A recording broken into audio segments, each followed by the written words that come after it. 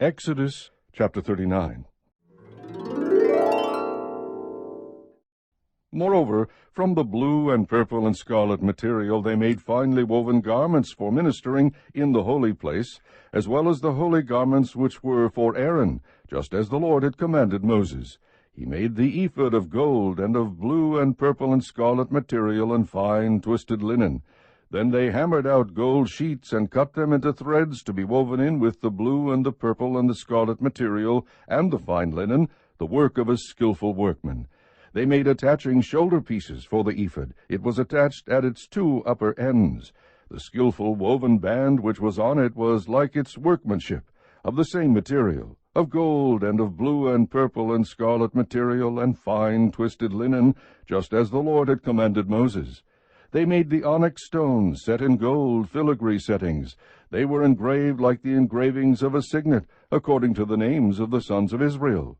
And he placed them on the shoulder pieces of the ephod as memorial stones for the sons of Israel, as the Lord had commanded Moses. He made the breastpiece, the work of a skillful workman, like the workmanship of the ephod, of gold, and of blue and purple and scarlet material, and fine twisted linen.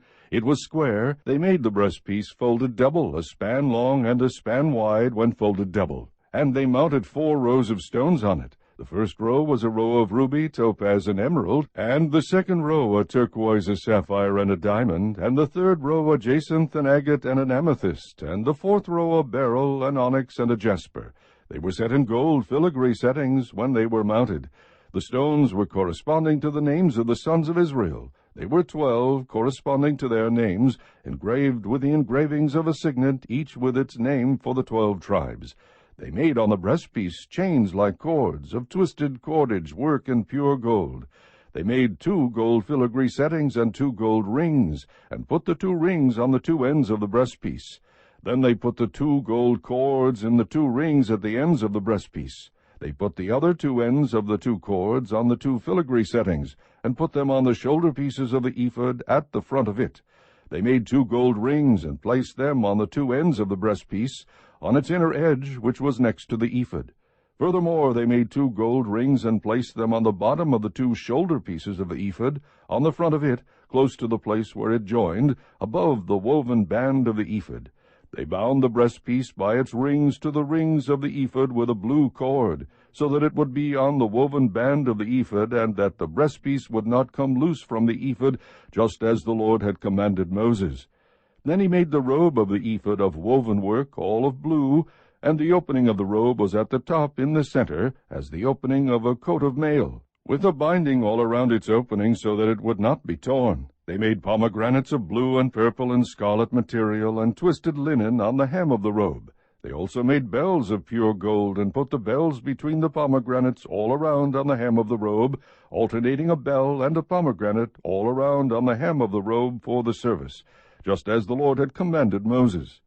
They made the tunics of finely woven linen for Aaron and his sons, and the turban of fine linen, and the decorated caps of fine linen, and the linen breeches of fine twisted linen, and the sash of fine twisted linen, and blue and purple and scarlet material, the work of the weaver, just as the Lord had commanded Moses.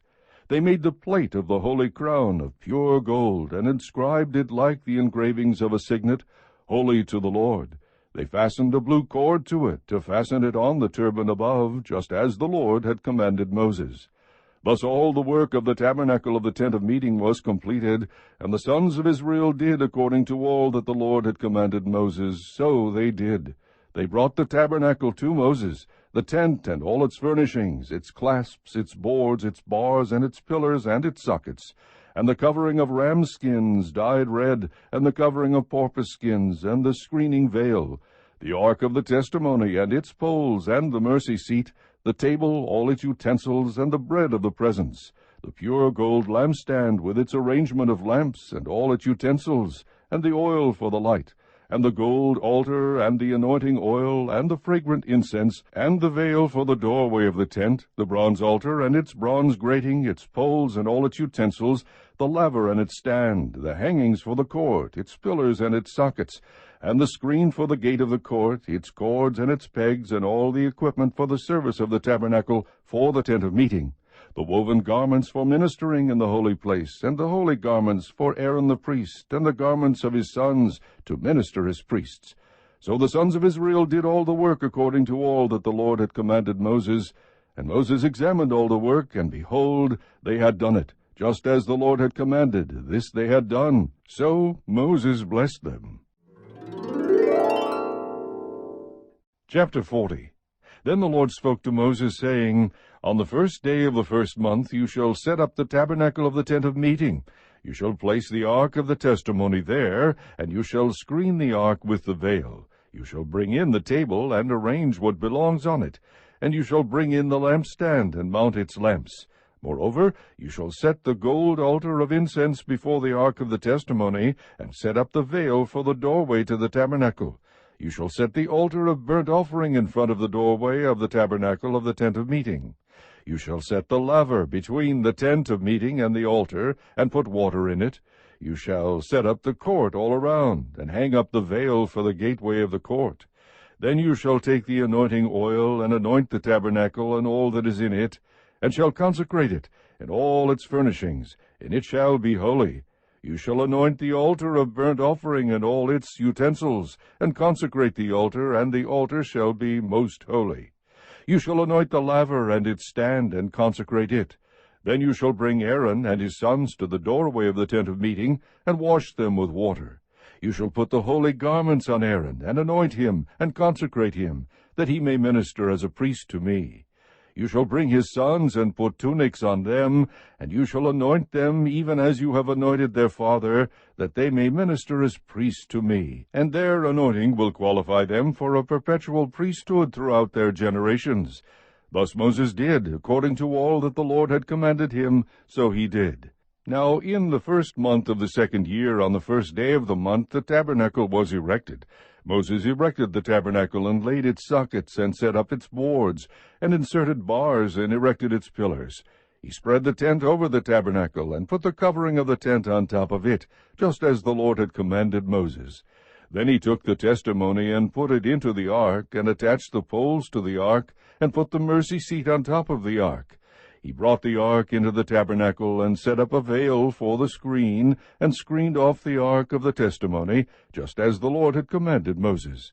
Then he put the table in the tent of meeting on the north side of the tabernacle outside the veil. He set the arrangement of bread in order on it before the Lord, just as the Lord had commanded Moses. Then he placed the lampstand in the tent of meeting opposite the table on the south side of the tabernacle.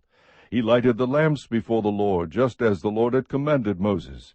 Then he placed the gold altar in the tent of meeting in front of the veil, and he burned fragrant incense on it, just as the Lord had commanded Moses. Then he set up the veil for the doorway of the tabernacle. He set the altar of burnt offering before the doorway of the tabernacle of the tent of meeting, and offered on it the burnt offering and the meal offering, just as the Lord had commanded Moses. He placed the laver between the tent of meeting and the altar, and put water in it for washing. From it Moses and Aaron and his sons washed their hands and their feet. When they entered the tent of meeting, and when they approached the altar, they washed, just as the Lord had commanded Moses. He erected the court all around the tabernacle and the altar, and hung up the veil for the gateway of the court. Thus Moses finished the work. Then the cloud covered the tent of meeting, and the glory of the Lord filled the tabernacle. Moses was not able to enter the tent of meeting because the cloud had settled on it, and the glory of the Lord filled the tabernacle. Throughout all their journeys, whenever the cloud was taken up from over the tabernacle, the sons of Israel would set out. But if the cloud was not taken up, then they did not set out until the day when it was taken up. For throughout all their journeys the cloud of the Lord was on the tabernacle by day, and there was fire in it by night, in the sight of all the house of Israel.